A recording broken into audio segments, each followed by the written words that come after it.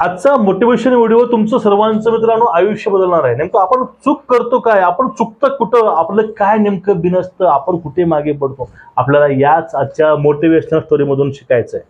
बघा, दोन मित्र असतात, दोन मित्र खूप गरीब असतात, ते ठरवतात की आपल्याला आता खूप मोठं व्हायचं आहे आणि आपण आता काही करून कितीही कष्ट करून आपण ती गोष्ट मिळवायची। मग त्यांना समजतं की शेजारील माळावरती खाली हिरे आहेत, मग दोघं समान जागा वाटप करून दोघं हे खाली ते हिरे खंदायचा प्रयत्न करतात।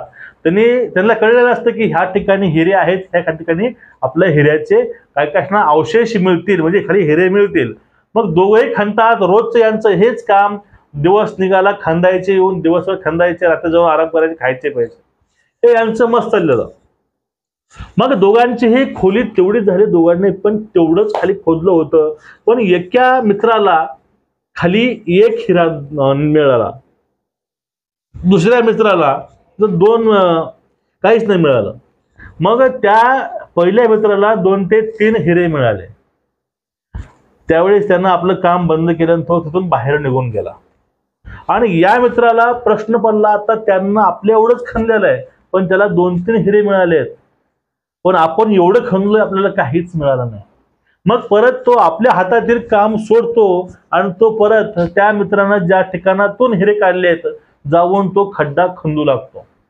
पण दुर्दैव असं, त्या खाली तो खूप खणतो, पण त्याला खाली एकही हिरा मिळत नाही। पण ज्या ठिकाणी यानं खंदायचं काम सोडलं होतं त्याच्या खाली 2-3 नसून पुष्कळ असे हिरे होते। ज्यावेळेस त्यानं ते काम कंटिन्यू केलं असतं, त्यावेळेस त्यानं खाली खोदकाम हे कायम चालू ठेवलं असतं, तर त्याला ते खूप सारे हिरे मिळाले असते।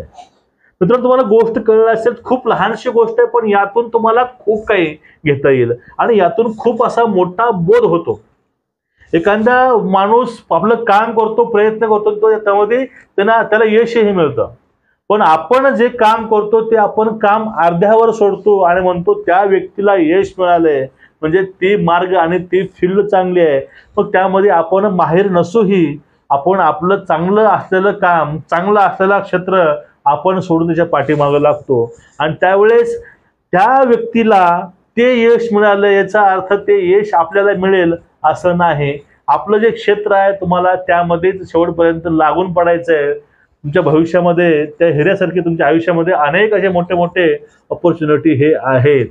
अजून सांगायचं हेच आहे मित्रांनो, की हाताचे 5ही बोट सारखं नसतात, बोटामध्ये सुद्धा समानता नाही, ते आपलेच आहेत, पण असं सर्वांच्या बुद्धिमत्तेमध्ये हे समानता नाही।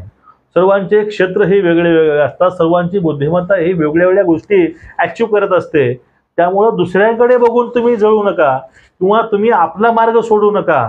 तुमच्याही आयुष्यामध्ये असं होऊन बसेल की तुम्ही यशाच्या खूप जवळ असाल, पण तुम्ही ह्या गोष्टी बघून क्षेत्र सोडाल आणि तुम्ही ज्या क्षेत्रामध्ये जाल त्या तुमचं करिअरच नाही। म्हणजे तुम्ही जे काम करता, तुम्ही ते काम प्रामाणिक करा, नियमित करा आणि प्रयत्न हे योग्य ठेवा। तुमचा प्रत्येक प्रयत्न हा यशाकडे जाणारा नक्कीच असणार आहे।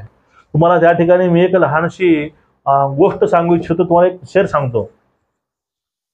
तुम्हाला जर 100 लोकांच्या रेसमध्ये तुम्हाला प्रथम यायचं असेल, तर तुम्हाला त्या 99 लोकांपेक्षा काहीतरी वेगळं करावं लागणार आहे। पण त्या 99 लोकांपेक्षा तुम्हाला वेगळं करायचं असेल, तर तुम्हाला तुमचा मूळ मार्ग सोडून कुठेही जाता कामा नये। तुम्हाला त्यामध्येच काहीतरी नवीन डेव्हलपमेंट हे करणं आहे। तुम्हाला यातून खूप काही कळलं असेल, आवडलं तर शेअर करा। नमस्कार।